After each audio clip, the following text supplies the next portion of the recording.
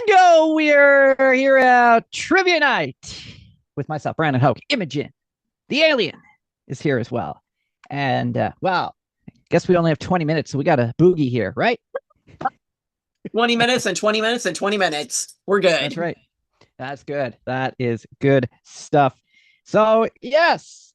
Do you want to kick off with this trivia?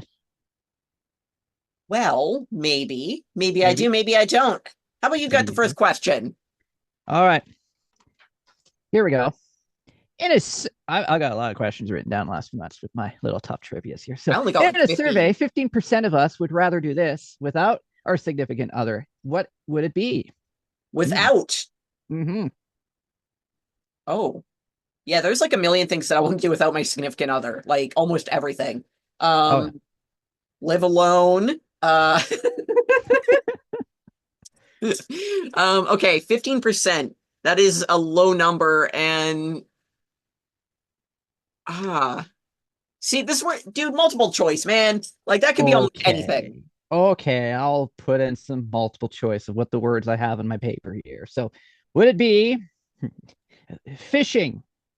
Would it be A, fishing, B, grocery shopping, C, oh, yes, tool shopping, or D, going out to a restaurant? All of those things sound kind of awesome without your other half, but they also could Yeah, be awesome with your other half. could. Could. Now, fishing, I'm going to say for as far as fishing goes, fish. Uh, I think more people than 15%. I think 15% is way low. I think almost no one wants to go with their other half. Fishing is kind of where you go to hide from your other half. Yes, yes. um, Grocery shopping. A lot of grocery stores have what's jokingly referred to as the husband bench up front. It's the little waiting room for husbands and boyfriends. Yep. Also kind of known as the grandpa bench, grandpa daycare. Uh, and I'm sure I'm going to get some angry comments over that one. Oh But yeah. okay, what was C? Oh, C. What did I put in C? Oh, tool shopping. Tools. Okay, tool shopping is also where you go to hide from your other half. So the other one that Yeah, I haven't mentioned yet because I don't remember what the options were, that's my answer. it's tool shopping. Not Okay. tool shopping, the other one. Not Oh, fishing. Fish you do alone. Um, Grocery shopping, eh. You know what? Yeah, I mean, let's just say grocery shopping. No one really wants to go with their other half, but okay. Okay. Well, I guess the answer should and will always be, I guess, grocery shopping. There we go. it was. Yeah. Well, I just stumbled into that one, man. My process of elimination didn't really eliminate it. I just like blundered and fell face first into a right answer. Oh, that isn't that awesome when that happens? Yeah. It's just Right? Okay. so cool. Which of the following animals does not have a stomach? Is it A, the mighty octopus, B, Ooh. the adorable platypus, C, axolotls, or D, tree frogs? Ooh. Ooh. Let's go tree frogs. Tree frogs. Okay. Is there a reason behind this? Or are you just guessing because it sounds about right? It sounds about right to me. Cool. Okay, well, you're wrong, but not by much. Um, so the correct answer is actually B, the adorable platypus, which is a surprisingly small animal. The way they're Oh. photographed, they always look bigger, but they're actually like little. Oh wow. So, yeah, this adorable little monster has a gullet which connects directly to its intestine. Although, fun fact, the gastric brooding frog does also not have a stomach. Oh. Yeah, it uses its stomach. It has a cavity there that it carries its babies in. Wow. That's Yeah. wild. So, and I don't mean like it carries it like the way kids think a baby is in your tummy. No, it's actually like a cavity that its young crawl in and out of. It opens its mouth, they climb in, and they sit in like a little baby pouch where a stomach should be. Oh, Yeah, that is it's not a wild. tree frog, but it is a frog, and I thought that was super cool. That is. Yeah, All right. some frog. And added cool frog fact: some frogs don't have a throat. Their mouth opens, and when you look in their mouth, you're seeing directly in their stomach. Can't remember Hmm. what kind of frog. I think I want to say African bullfrogs, but I'm not sure. I had a frog that was like that, but I've also had a few different types of frogs, so I don't remember which one. But one of my pet frogs had no neck, no throat. So when his eyeballs would turn, and then he'd have to like turn his body to look because he had no neck. That is awesome. Right? Frogs are cool. Okay. But so are platypi. Yes. All right, here we go. So I got 3 headlines and a lie. Okay, here we go. So there is a little bit of multiple choice in this one. Okay, here we go. 3 headlines and a lie. So first headline, Kentucky boy uses mother's phone to order 7K dumb suckers to share with his friends. That's headline number 1. Headline number 2, SpongeBob is headed to Broadway again, but this time it's much more serious. Ooh. Headline number 3, NBA star Russell Westbrook launches AI-enabled funeral planning startup. All right. And headline number 4, George Lucas reveals why Yoda talks backwards at Empire Strikes Back anniversary screening. 4 headlines, 3 headlines and a lie. Which is the lie? Which is the lie? Yes. Okay, the George Lucas thing, that sounds like something that he would have explained a long time ago, or at least commented on. That one sounds about real. The AI funeral planning thing, that's the one I'm not sure about. The rest sound like they're probably just really whatever headlines, but the AI thing, because it's so prolifically used that for funeral planning, it may or may not be. Like, it's used for everything, so I'm going to say the funeral planning one. Funeral planning. Yeah. Okay. Funeral planning. You ready for the answer here? Here we go. So the answer is actually number 2, SpongeBob headed to Broadway again. That's the lie. That's the lie. Okay. Yeah. Really? SpongeBob SquarePants.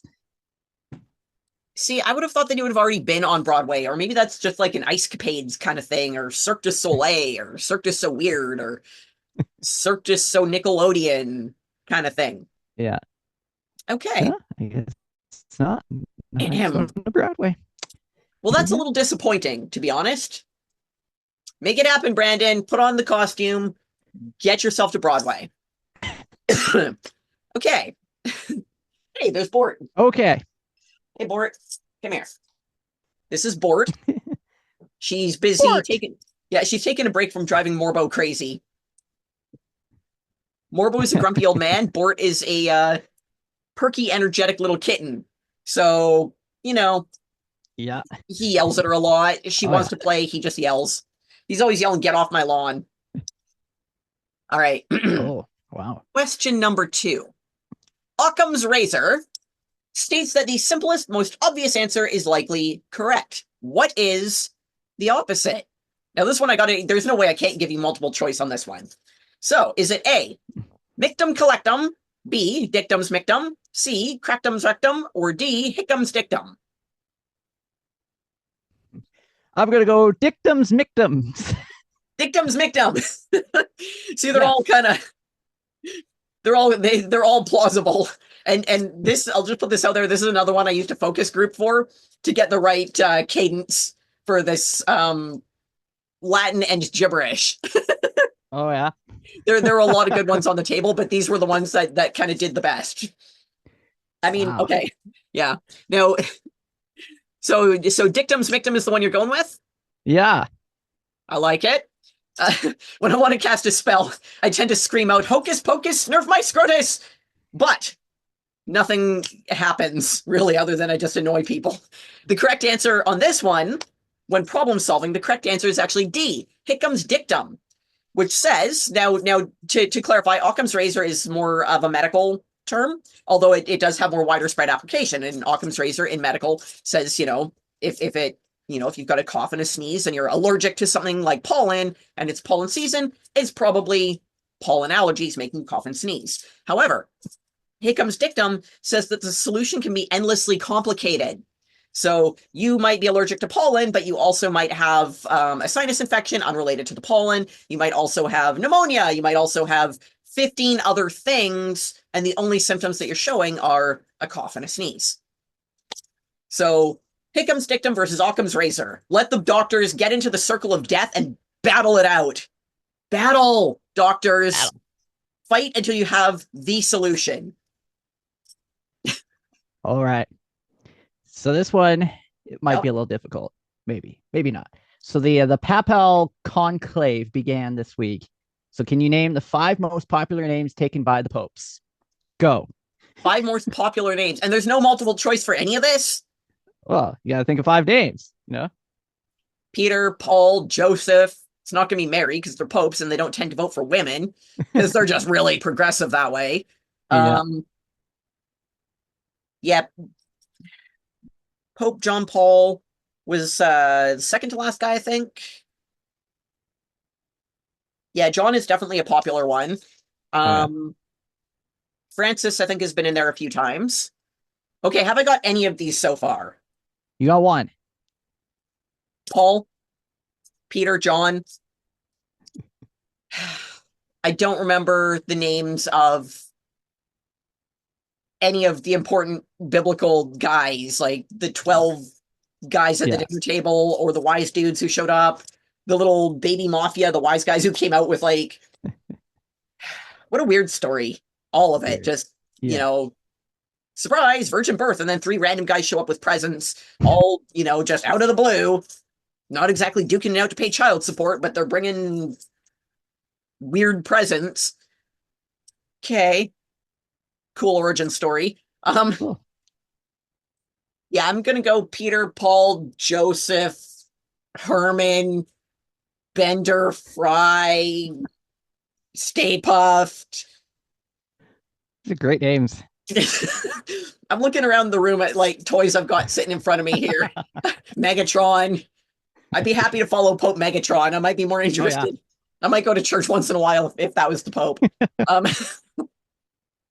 So this election, vote for Pope Megatron. Yes. Yeah, Megatron. I give up. I'm open. Okay, here we go.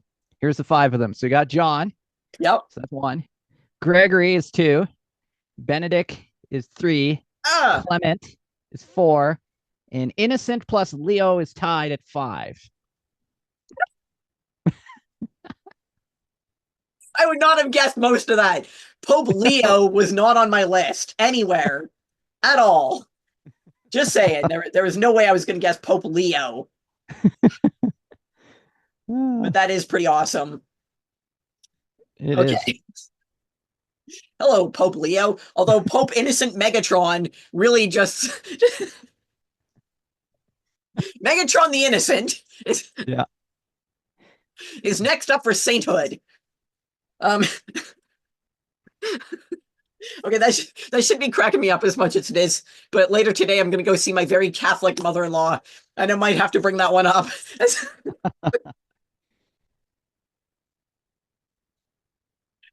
Hey, Mom, you vote for Pope Megatron the Innocent or Pope Leo the Ninth? Like, who's got your prayers this year? Like, oh, that's awesome. All right.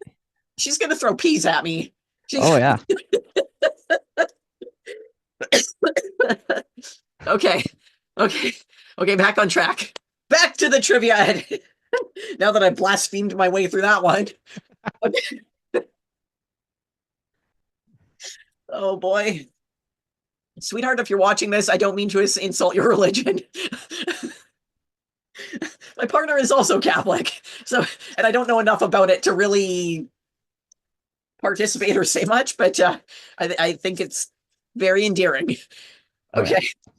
All right. So in okay, in 1941, this automotive manufacturer made a vehicle out of primarily biological materials. In 1941, who was ahead of the curve? Was it Buick, Chevy, Ford, or Chrysler? Ooh, we'll go with Chevy. You're going with the mighty Chevrolet, are you? Yes. Are you sure you want to stick with the mighty Chev? Yes. Interesting choice because it's wrong. So, Fordrick III, better known as Ford, in a fact I just made up, Ford made a plant-based car using hemp, soybean, flax, and ramie fiber in a phenolic resin. It weighed approximately 1,000 pounds, less than the standard Automotron of its era. Not even kidding. You can actually look this up. Ford did, in fact, experiment with plant-based materials for making a vehicle in 1941. Not an era we Wow. think of as being particularly eco-friendly, but there have always been people doing eco-friendly stuff and trying new things. So credit to the mighty Fordrick the Third or Ninth or whatever I pegged him at for for being on that one, because that is incredibly cool. That is very, very cool. All right. Moving to the theme of movies. Here we go. So, Lord of the Rings Yep. trilogy was filmed in what country? New Zealand. There you go. Oh, that was easy. I've never actually seen any of the movies. I read the books in like 6th grade because it was reading material. The Hobbit, Oh, yeah. and then Lord of the Rings was required reading in grade 6, which is kind of wild. And then when it was made, I was interested in it as a concept, and that was one of the things about how the landscape was so much a character, and I want to learn more about it. Still had no interest Wow. in seeing the movie though. Any of them. Didn't care. Any of them. Yep. They're long 3-hour movies. If you're Right? interested.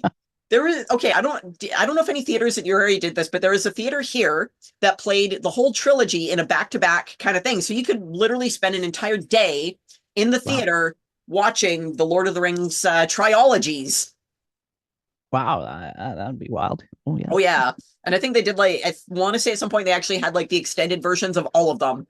So I had a friend who was just crazy into it, and not someone you would think of as being into like fantasy movie type stuff, but yeah, he was really excited. Like it was really bland, dude. Like the guy was like the human incarnation of the color gray, and he was so excited. He went and he was just like everything else was. He made it very clear he's off the grid for an entire day, lost in the world of Lord of the Rings. So cool. Yeah. Incidentally, seeing someone so bland suddenly become animated, I'm like, I need to learn a little bit about this. All right, I'm going to stumble on this next one because there is a wild word that I don't know if I'll pronounce it right, but here goes. So, Kelikantzaroi are Christmas goblins from which country? Is it A, Greece, B, Spain, C, Sweden, or D, Italy? Ooh, let's go Greece. You're going Greece? Are you sure?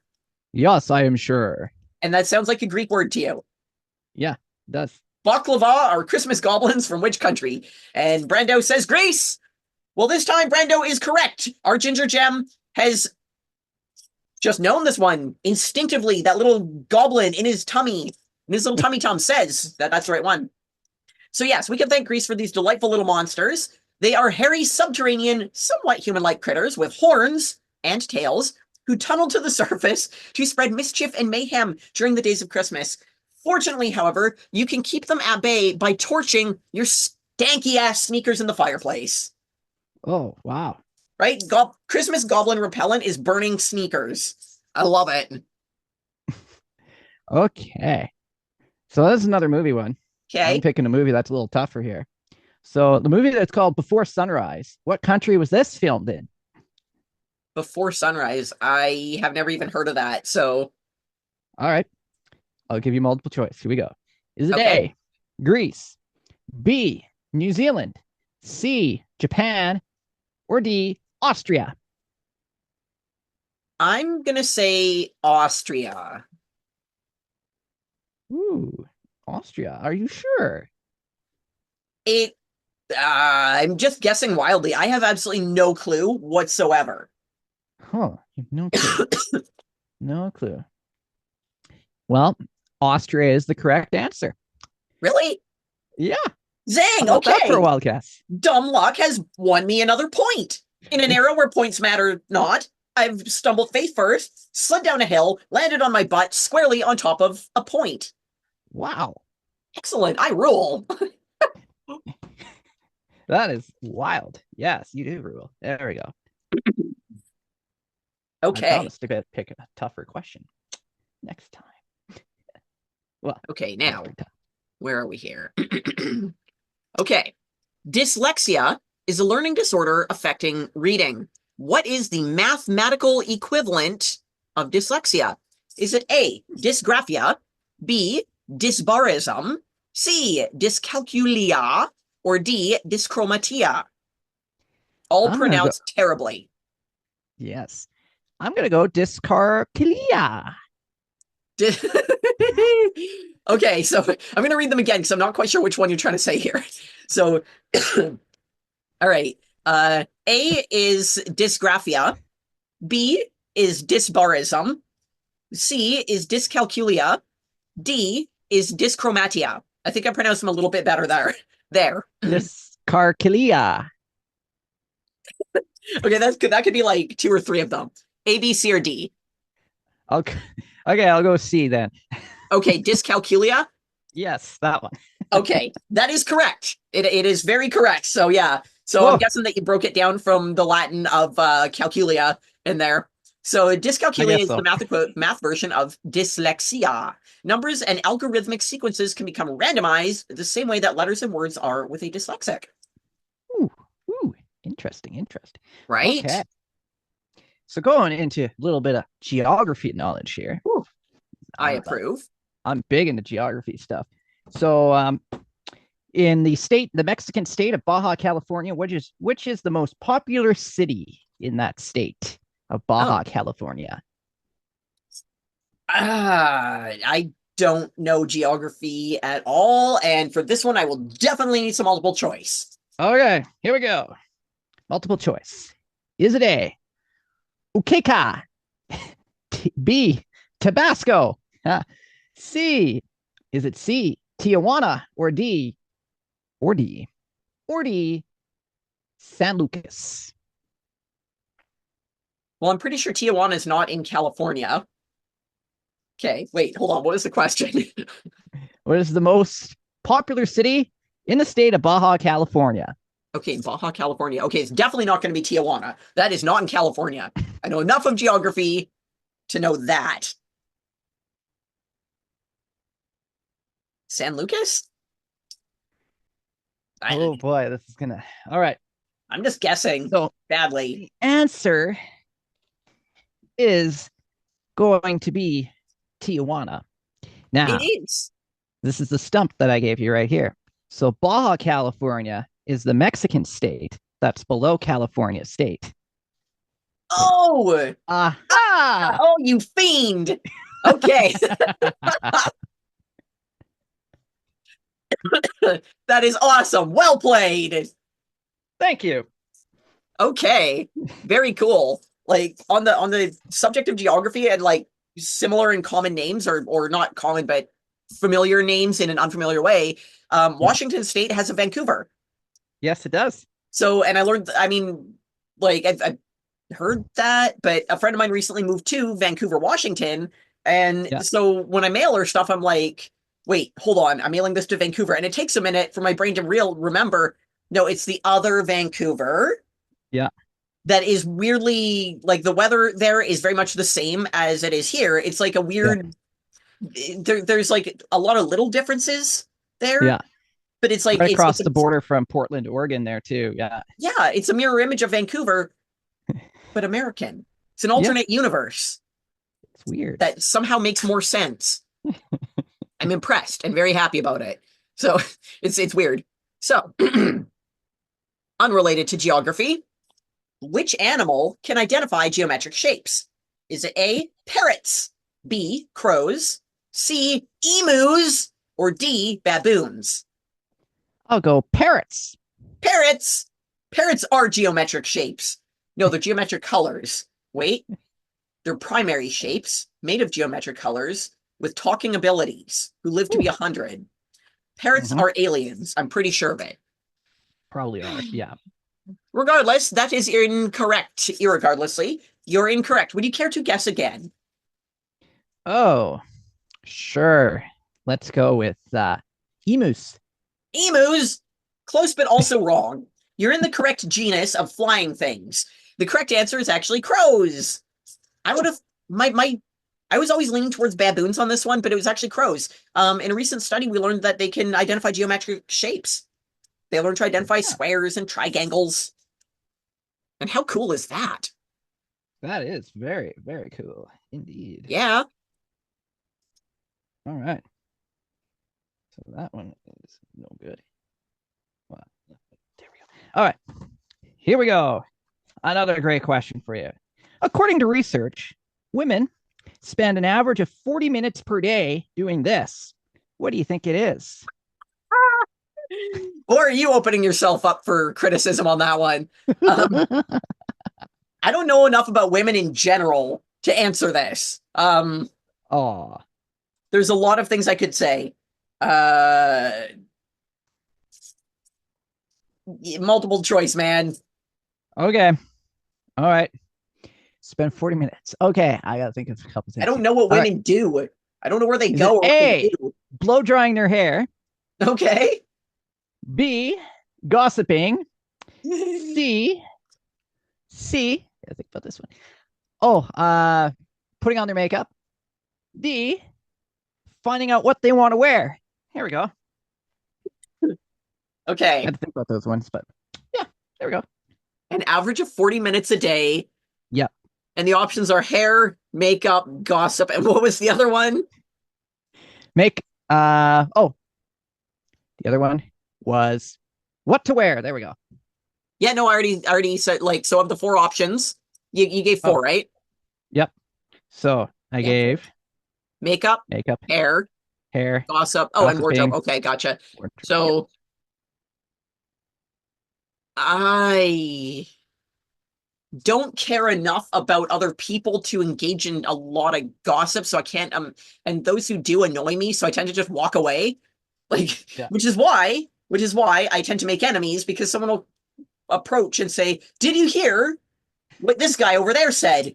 And I'm going, Yeah. "I don't know that guy." And then when they start into it, I will just sort of like take out my phone and suddenly I'm very engaged in something. Yeah. And suddenly I gotta go and I'm off.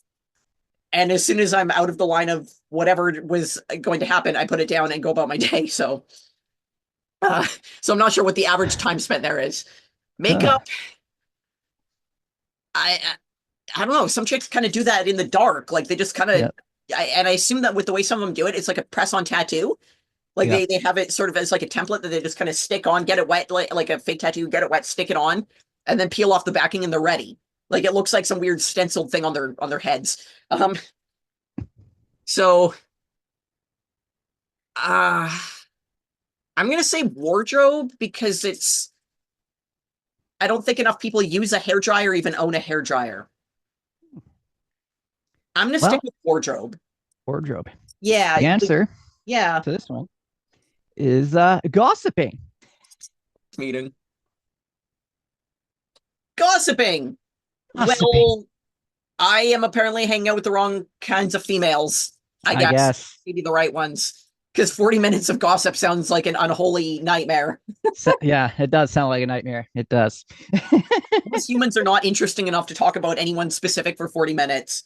Incidentally, yeah. this is why I also know nothing about pop culture. So, okay. Although, on the subject of gossip, I don't know if it counts. I will say I did go see, I went to a concert last night and it was incredibly cool. So if I'm going to talk about other people, it's going to be the context of a whole bunch of dudes on stage in awesome costumes. So yeah, so that was actually super cool. We used to have this divey little jazz club here that shut down. Very unexpected. Yep. Just one day, all of a sudden there's this notice like this club's shutting down. And it, a lot of places were very unexpectedly closed down around here. But it fairly recently opened up again. So it went from being Herman's Jazz Bar to the Coda. Same place, different name, a little bit divier, a little bit more rundown. But Rock City Riot and Sunset Strip played last night. And apparently there was no advertising because there was not a lot of people there. But still, irregardlessly of how many people were there, it was awesome. So, oh, yeah, that is good. Right? I've seen Rock City Riot a few times. I'm always stoked. Like, any chance to see them is awesome. It's like seeing Judas Priest live. It's as close to Judas Priest live as you're going to get. Very good at what they do. Sunset Strip, I've been wanting to see for a while, but it just never lined up. So I finally got to go last night, and I'm like, this place is empty. This is like a private show. That's kind of wild. So I get to like live this daydream of, I'm like, no, this is just the theater in my mansion with a rock band playing a private show. So in an empty show, that's kind of how I see it. I'm like, I get a private show. This is cool. That is awesome. So yeah, so it was a killer show in this kind of like crummy little bar with a cool stage, and it was just so much fun. So I don't know if that counts as gossip, but I need to try harder. If I'm going to connect with people, maybe Yeah. that's a skill I need to learn, is how to do that.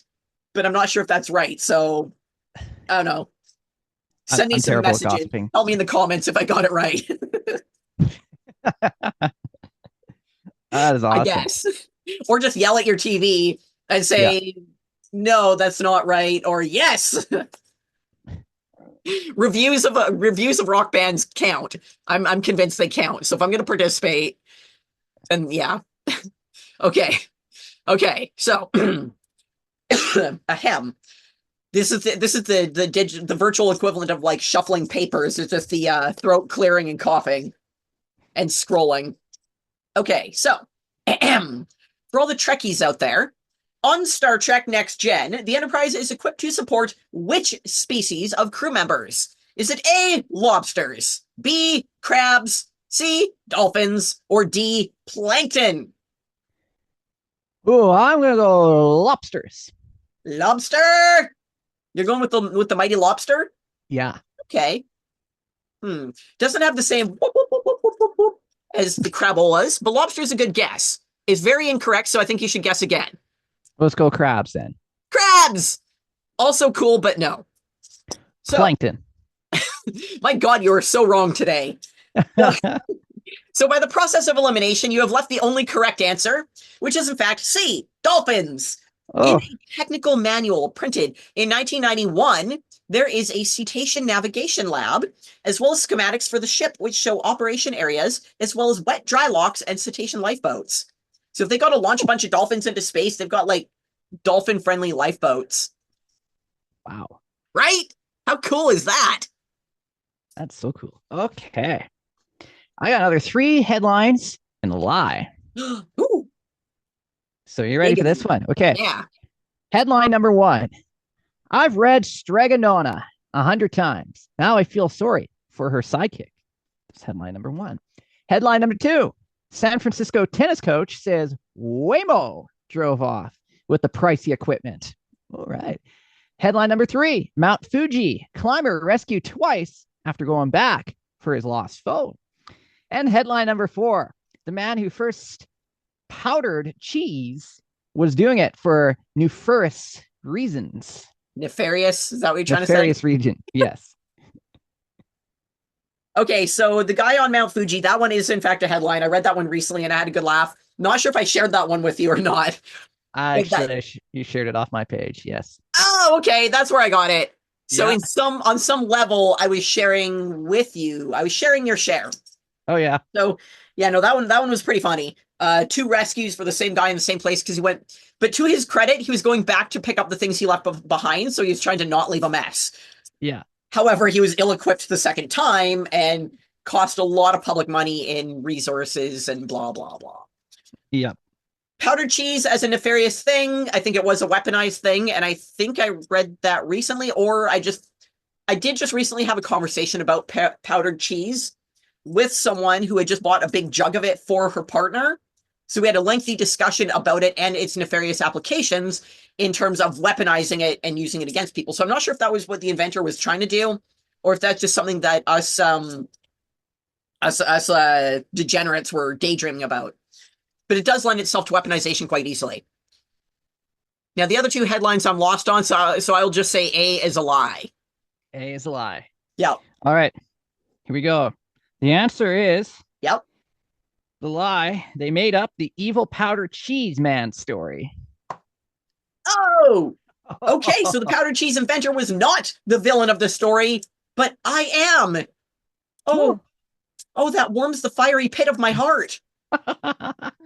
You have brought me joy, Brandon. You have brought me a certain kind of joy that is going to keep me going for the rest of this podcast, stream, show, episode, whatever we're doing here. That is truly beautiful. Very cool. All so right. we didn't plan on weaponizing it, but we did. Oh, moment of silence for everyone who will fall victim to powdered cheese. I feel like there's some TikTok challenge coming up on that one. I think so. Yep. Right? How can you misuse this cheese and risk death, all for views on social media? Stay tuned. The answer will surprise you. Clickbait, clickbait, clickbait. 7 views later, no one's made any money, 9 children have been in the hospital, and now we have a viral concept. And Darwin Awards. Okay, so moving on.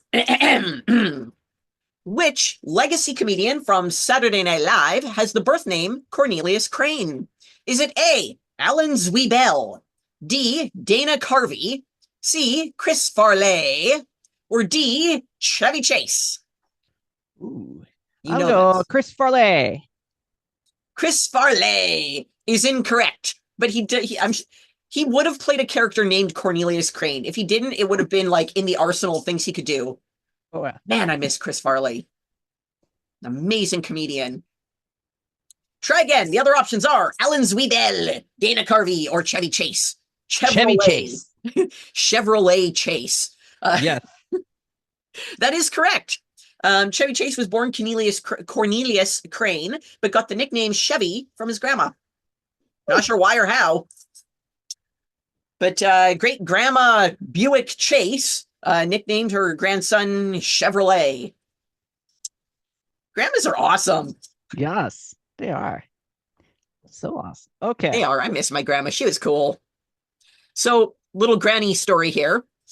My grandma was my grandma was Roman Catholic and got married when she was 18 or 19.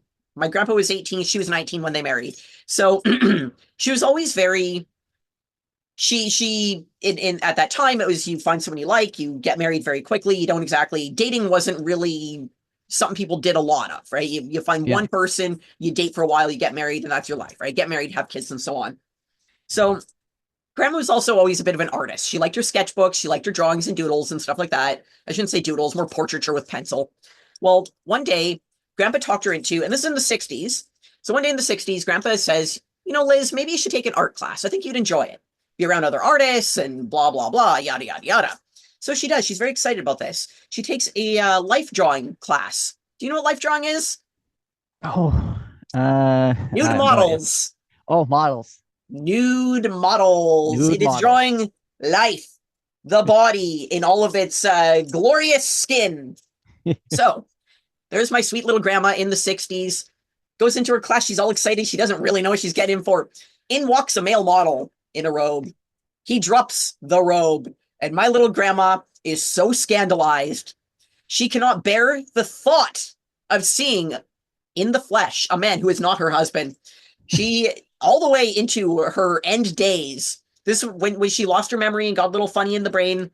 Yep. One of the few very vivid memories she had was this art class. And every single time she told it the exact same way. She would say, you know what? When he dropped his robe, I got up and I walked right out of there. She was so scandalized as she couldn't bear the idea of anyone thinking that she was okay with being in the room with a nude man who is not her husband, let alone taking a class where she'd be drawing all of the finer points. So, yeah, all the way into her 90s, of the few memories she held. And so I would tease her and I'd go, Grandma, you really remember all the details of that male model. It's okay to look. Yeah. And she would turn red and she would go, I did no such thing. I got right up and I walked out of there. Oh, that's good. Roman Catholic sensibilities were wildly offended. The scandal stayed with her for the rest of her life, seeing one guy in the 60s, and she was traumatized. Oh, Grandma. It was beautiful.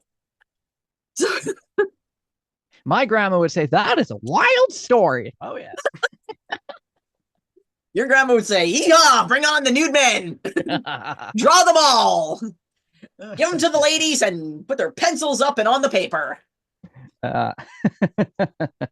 Oh, Grandma. Yeah. So incidentally, flashing forward 1,000 years, when she heard that I was a model, she didn't really know what that meant. And while I've never actually done anything without clothing, there's a lot of not understanding of the industry. So she's like, oh, that's lovely, dear. And while I'm representing jewelry and, sportswear and whatever, she's thinking Paris Fashion Week. And other people are like, oh, model. So Instagram or OnlyFans. And I'm like, if my grandma could hear you, she'd hit you with a wooden spoon. Because both those things are incorrect. Yeah. Like jewelry, cheap jewelry, sure. Pay me to represent your brand. Check out these cool earrings. I don't know what company they're from. Yeah. But I can almost hear grandma like shaking the wooden spoon. How dare you? Awesome. Okay. All right. Well, I do have one that's up your alley here. A question that's up your Bring it alley. on. You might get this one, actually. Okay. So one of the first recorded autopsies was performed on this man and revealed 23 puncture marks. Who is this man? You may ask. I need some multiple choice. Okay. I got to make up some names here. Yeah, you do. All right, here we go. Is it A, Steve? B, Julius Caesar? D, Judi? Judi Jones. Okay. D, or is it D? Or is it D? Would it be Bruce Springsteen? Okay, I'm pretty sure Bruce Springsteen is still alive, so I'm not going to throw him on the table. But I do appreciate that you threw Bruce Springsteen in the mix as a one of the first ever recorded autopsies. Knowing a few pathologists, I'm okay. I'm pretty sure they have not learned anything from Bruce Springsteen's autopsy.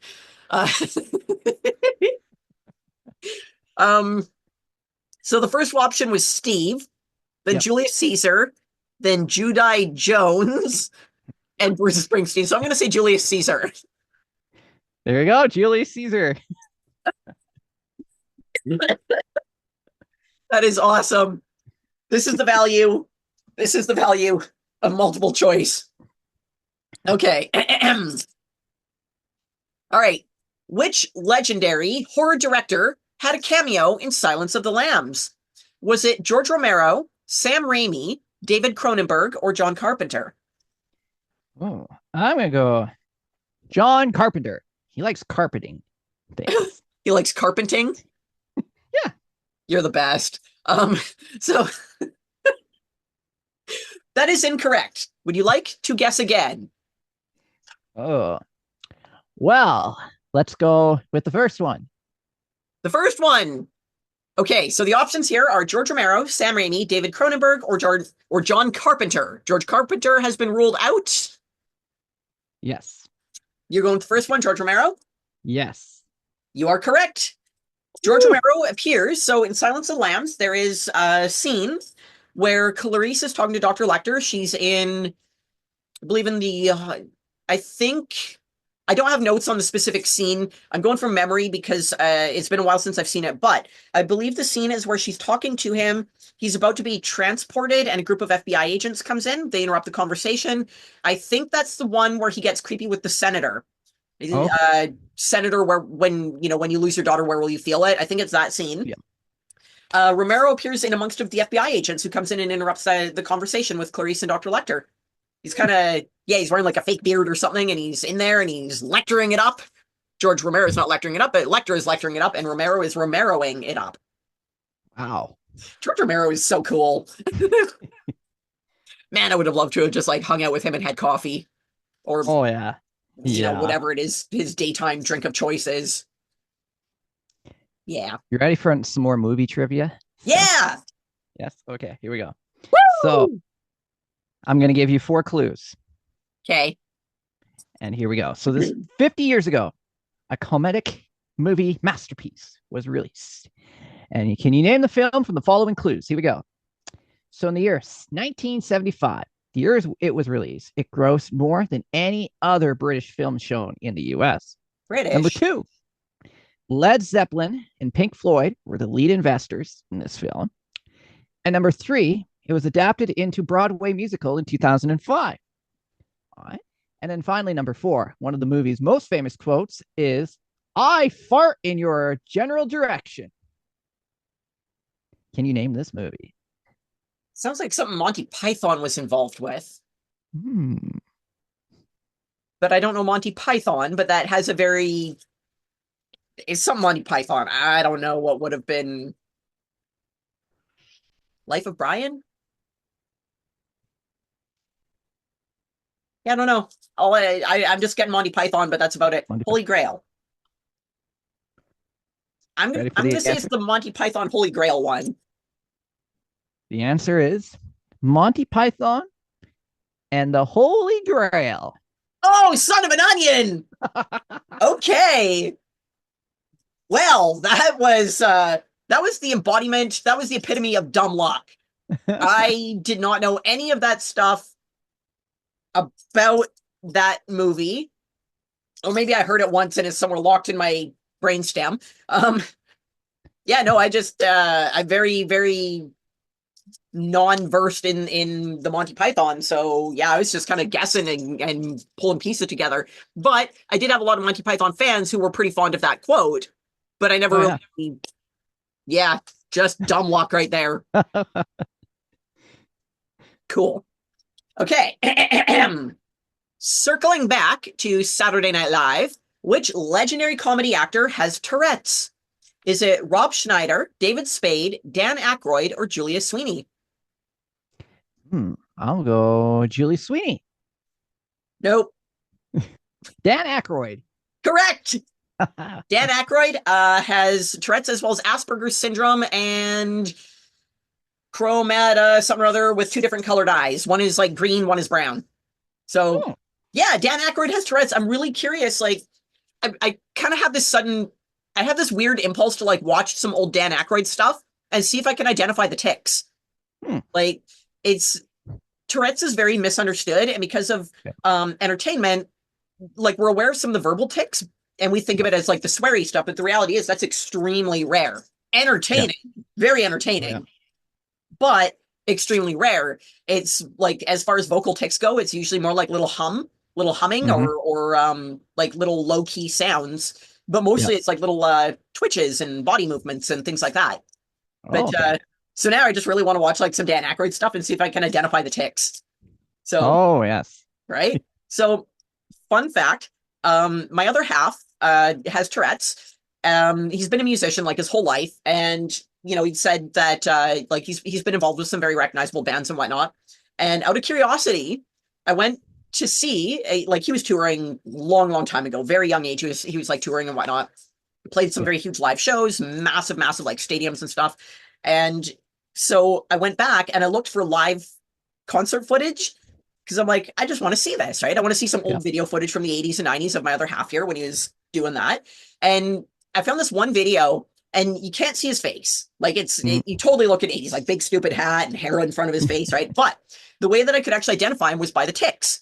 Yeah. So he's a drummer, and one of his tics is a shoulder movement. Like it kind of looks like he's throwing a left hook, but while he's drumming, he's managed to, he can work around it. But the way that he moves as he's drumming, kind of that shoulder movement comes into it. So in the video, while you can't see his face, there's no way to say from that, you can't say, oh yeah, that's that guy. No, but from the tics, I'm like, that's him. That's him, right? Wow, that's good.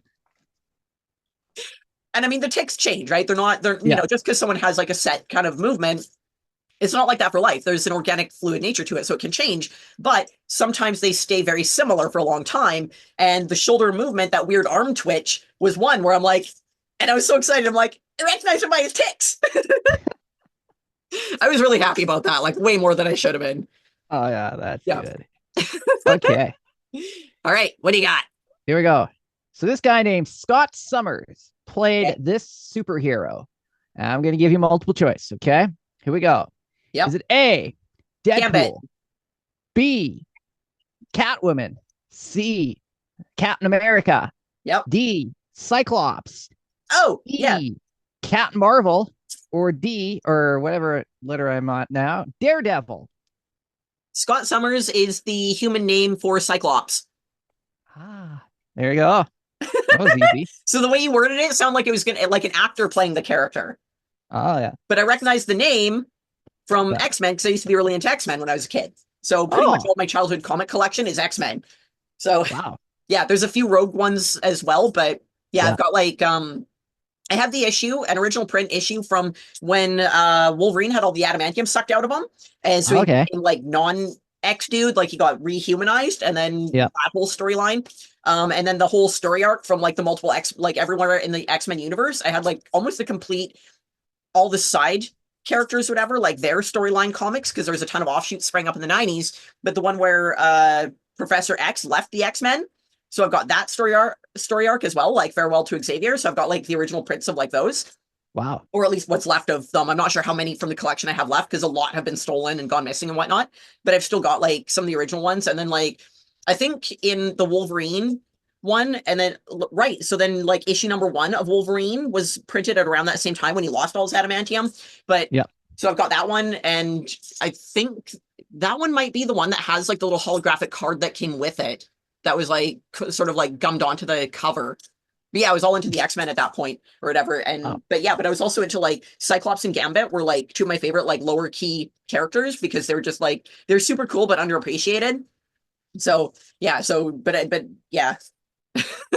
So Scott Summers is Cyclops, not an actor, Cyclops. human name. Yeah. And I want to say I have a reprint of X-Men number 1 because I want to read the original one and it's like I want to read the first issue in the format it was intended. So when the reprint came out, I went and picked that up. I'm like, this is cool. I'm reading X-Men number 1, right? Doesn't have to be being an original print really didn't mean anything. I just wanted the storyline to see where it began.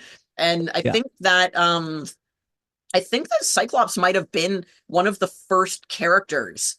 I think Storm and Cyclops were 2 of the first characters in X-Men. Pretty sure, but I'm going from old memory because it's been a while since I've read it. It's all like in my basement or whatever.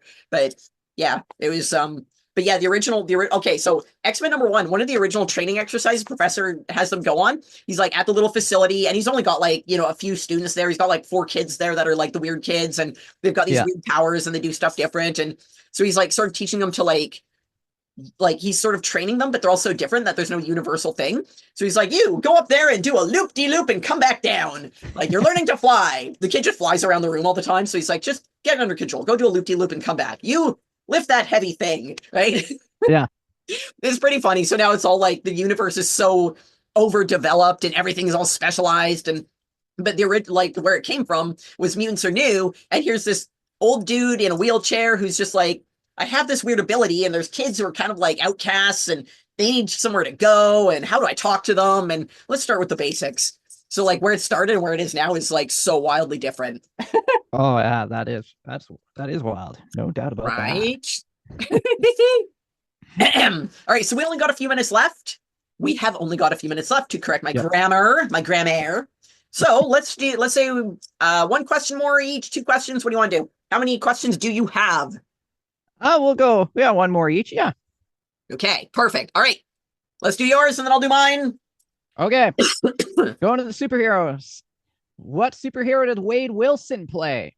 Okay, here we go with the multiple choice. Is it A, Deadpool, B, Captain America, C, Captain Marvel, or D, Daredevil? That's the actor name or the character name? The actor name, Wade Wilson. What I character have no do you idea. play? Aha. So you knew the Cyclops one. This is actor name, I don't know. Okay. Too human. So is it Deadpool? Did he play Deadpool? Sure, why not? Captain Marvel or Daredevil? Let's say Captain America. Captain America. America. All right, ready for the answer? It is Deadpool. Cool. Okay. There we go. Then Ryan Reynolds decided to take Deadpool over, I guess. So okay. There you go. He played it before Ryan Reynolds. There we go. Fun fact. Awesome. All right, so I'm going to give you your choice of questions here. So I've got a few left written down here. So one of them is, when first introduced in Italy, which kitchen utensil was branded as a tool of the devil? The other one, which U.S. politician's wife wrote a lesbian erotica? Which action movie star was originally a backup dancer? And in 1978, the body of this silent film star was stolen from a cemetery in Switzerland. Which question do we want to focus on? Tool of the devil. Try number 2. Number 2? All right. Which U.S. politician's wife wrote lesbian erotica? Was it Mrs. Dick Cheney, Mrs. Theodore Roosevelt, Mrs. Grover Cleveland, or Mrs. George Bush Jr.? I'll go Mrs. Dick Cheney. You are correct. Dick Cheney's wife, Lynn Cheney, wrote a book of lesbian erotic fiction in 1981. However, it is worth noting that Eleanor Roosevelt and Rose Cleveland were also very popular with the ladies, and I'm not going to go into that because I can go on for days about those two. But if you're interested in learning a little bit of LGBT blah blah blah history, seriously, look up Eleanor Roosevelt, Rose Cleveland, and Lynn Cheney. There is a lot of wild stuff going on in politics with the ladies. Not gonna lie, that's what got me more interested in politics. Right? Wow. Okay, so I'm gonna throw this out there. To the question, which action movie star was originally a backup dancer? Jason Statham did a wild thing. Okay, he was an oily backup dancer in a music video. So now I had heard this. I looked it up because I was curious, like if he was just sort of a guy way off in the background, or if he had like a little kind of walkthrough in like one cheesy little scene. But no. It is so much better. It is so much better than you would ever think. So if you're in the market to see Jason Statham doing something you would not expect to see Jason Statham doing, hop onto the YouTube. If you want to see this, you can go onto the YouTube and you can do a quick search for a video called Coming On by The Shaman. It is truly glorious, and you will never look at the transporter the same way again. Seriously, it is pure greatness, and I cannot emphasize this enough. You are not ready for what you're about to see if you go down the rabbit hole and find this video. It is just so 90s, and it is in fact an oily Jason Statham dancing in a music video. So do with what you will with that information. Okay. I won't look it up on the work computer. There. You're gonna want, you know what, if you do find it, if you do see it, you're gonna want to share it on all your social media, and you're gonna send it to everyone you've ever met who knows who Jason Statham is, and you're gonna be saying, okay, I found this, just watch the video. You're gonna say, name that action hero. Yeah. Look at those sweet moves, because he's not just a backup dancer, he steals the show. He is the video. I don't know what to say to really, without giving it away, but without overselling it or underselling it. Like, it's just, it's something that you need to experience to really, I'm just going to leave it at that. I will be posting it on my social media. That's what I'm going to be doing. I'm going to be posting it on my social media because I can't not, but I wanted to put this out there before because I didn't want to ruin it for anyone. Yeah. Oh, that's good. And on that note. Yes, on that note, that's going to wrap up the trivia show, Friday night trivia show. That's right. With myself, Imogen Cookie Bailey. I don't know when we'll see each other again, but maybe next week, maybe 2 months down the road. Who knows? But thanks for watching. Have a great evening. We'll chat again soon. See you later, everyone. Enjoy Jason Statham in oil and a loincloth.